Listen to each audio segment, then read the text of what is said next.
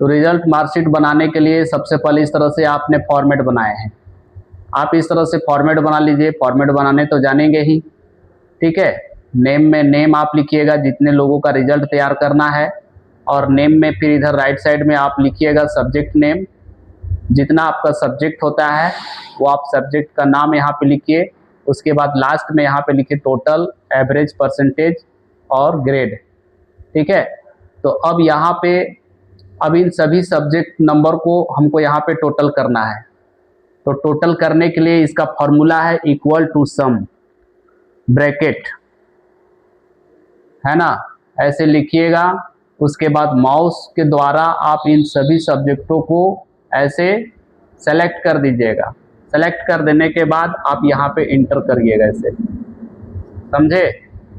नहीं समझे तो फिर एक बार देखिए। इक्वल टू सम फॉर्मूला होता है जोड़ का, इतना आपको लिखना है। इक्वल टू सम ब्रैकेट, इतना लिख करके आप यहाँ पे माउस से इन सभी अंकों को जिनका आप निकाल रहे हो, जिनका टोटल आप निकाल रहे हो, जिन स्टूडेंट को उनका सब्जेक्ट नंबर को आप ऐसे सिलेक्ट कर दीजिएगा। सिलेक्ट करके आप यहाँ पे इंटर कर दीजिएगा। समझ में आया?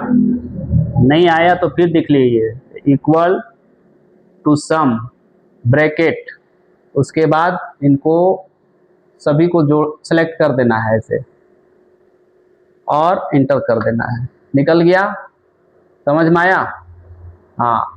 अब इसी तरह से अगर आप समझ गए हैं, निकालने जान गए हैं फार्मूला के द्वारा, तो आप एक का ऐसे निकाले रहिएगा। उसके बाद यहाँ पे कॉर्नर में देखिएगा, जब कॉर्नर पे यहाँ पे कर्सर आएगा ना तो ब्लैक और पतला कर्सर हो जाता है, देखिए यहाँ पे। और उस दरमियान में आप इसको पकड़ करके ऐसे खींच दीजिएगा, सबका निकल जाएगा। देखिए सबका टोटल निकल गया, इन सभी अंकों का टोटल यहाँ पे निकल गया। समझे कैसे निकाले? सो अब इसी तरह से यहाँ पे एवरेज परसेंटेज निकालना है। 280 का परसेंटेज मेरा कितना आएगा, तो उसके लिए आपको यहाँ पे करना क्या है, इक्वल 280 को सिलेक्ट करना है लेफ्ट एरो से कीबोर्ड में। उसके बाद डिवाइड, भाग का चिन्ह देना है यहाँ पे। और सब्जेक्ट हमारा कितना है, 1 2 3 4 5 सब्जेक्ट है। आप जितना सब्जेक्ट को जोड़े हैं, अगर पांचों सब्जेक्ट को आपने यहाँ पे जोड़े हुए हैं तो आप यहाँ पे 5 से भागा दीजिएगा। अगर आप संस्कृत को एक्स्ट्रा समझ करके संस्कृत को आप टोटल नहीं किए, 4 ही सब्जेक्ट का टोटल किए हैं, तो फिर आप यहाँ 4 से भागा दीजिएगा, है ना। अगर आप 5 सब्जेक्ट है और 5 को जोड़े हैं आप यहाँ पे, तो आप यहाँ 5 से भागा देना है ऐसे, और इंटर करिएगा, निकल जाएगा 56%। फिर एक बार देखिए, बराबर टोटल भाग 5 सब्जेक्ट है, H5 आपको यहाँ पे कॉलम वाला नंबर आता है। ये जब आप यहाँ पे क्लिक करिएगा ना, अभी आप इसमें क्लिक करिएगा, देखिए यहाँ पे G5 आया, तो G कॉलम है इसलिए G5 आता है। 5 जो आया तो 5 आपका रो नंबर हुआ, ये समझे। हाँ, ये H5 आया यानी कि H कॉलम है और आपका 5 रो है, इसलिए H5 आया। अगर आप यहाँ पे क्लिक किए तो देखिए G5 आया, तो G कॉलम पे है और 5 रो पे है, इसलिए G5 आया, है ना। तो आप इस तरह से सिलेक्ट करके यहाँ पे 5 दे देना। 5 क्यों दिए हैं, क्योंकि यहाँ पे हमारा 5 सब्जेक्ट है, 5 सब्जेक्ट को जोड़े हैं, इसलिए 5 लिख रहे हैं हम लोग, ठीक है। हाँ, फिर एक बार देख लो, इक्वल टोटल भाग 5। अगर 4 ही सब्जेक्ट होता तो 4 लिखते, अगर 5 सब्जेक्ट है तो 5 लिख रहे हैं, है ना। इंटर कर दीजिए। अब इस तरह से अगर आप सब जानते हैं निकालने फॉर्मूला के द्वारा, तो हम इन सबको डिलीट करके देखिए, एक का जो निकाला हुआ है उसी को हम ऐसे पकड़ के खींच देंगे तो सबका निकल जाएगा। देखिए, समझे। अब यहाँ पे ग्रेड निकालना है। ग्रेड, कौन सा ग्रेड आया, सभी स्टूडेंट का ग्रेड हमको निकालना है। तो ग्रेड कैसे निकालेंगे, तो ग्रेड निकालने एक यहाँ पे हमारा फॉर्मूला है। एक यहाँ पे हम लोगों को निकालना है, जैसे 30 हमारा लास्ट परसेंटेज हो गया, ऐसे होता है ना। 30% में हमारा पास है, 30 के बाद जिन लोगों का अगर कम आया 30 से, वो फेल हो जाएगा। तो इस तरह से हमने टारगेट रखे हैं, हमने सोच करके एक बना रहे हैं ग्रेड निकालने के लिए।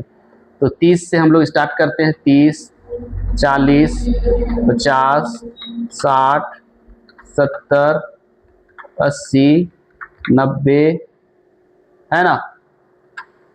यहाँ पे फिर लास्ट में 100 लिख देते हैं।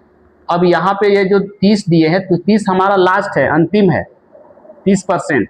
और 30% से जिस स्टूडेंट का अगर परसेंटेज कम आएगा 30 से, तो वो फेल ना कर जाएगा। हमारा यहाँ पे 30 से स्टार्टिंग है ना, इसलिए हमने 30 रखे हैं। अब 30 है तो वहाँ पे हम लोग देंगे C प्लस,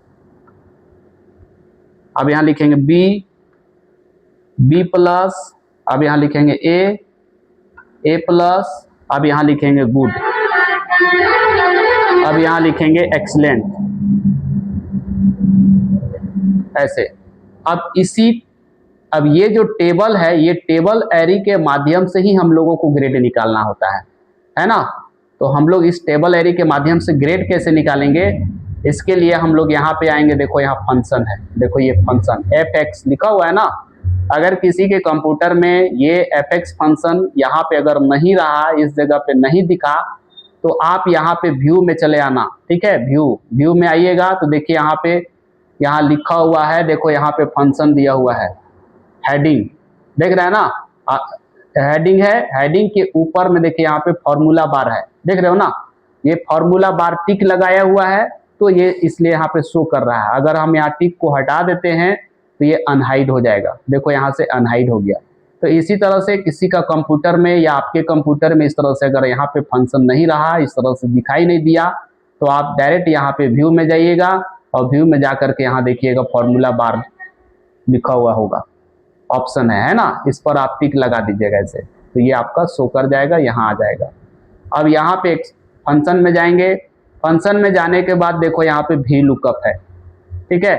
अगर यहाँ पे वी लुकअप अगर नहीं दिखा, मिला कहीं नहीं है यहाँ पे इस जगह पे, ये तो हमने पहले सर्च किए हुए थे इसलिए यहाँ पे है। अगर कभी लोग वी लुकअप का प्रयोग नहीं किया हुआ होगा, वो यहाँ पे नहीं मौजूद रहेगा, ठीक है। तो ये हाइड रहेगा, छुपा हुआ रहेगा।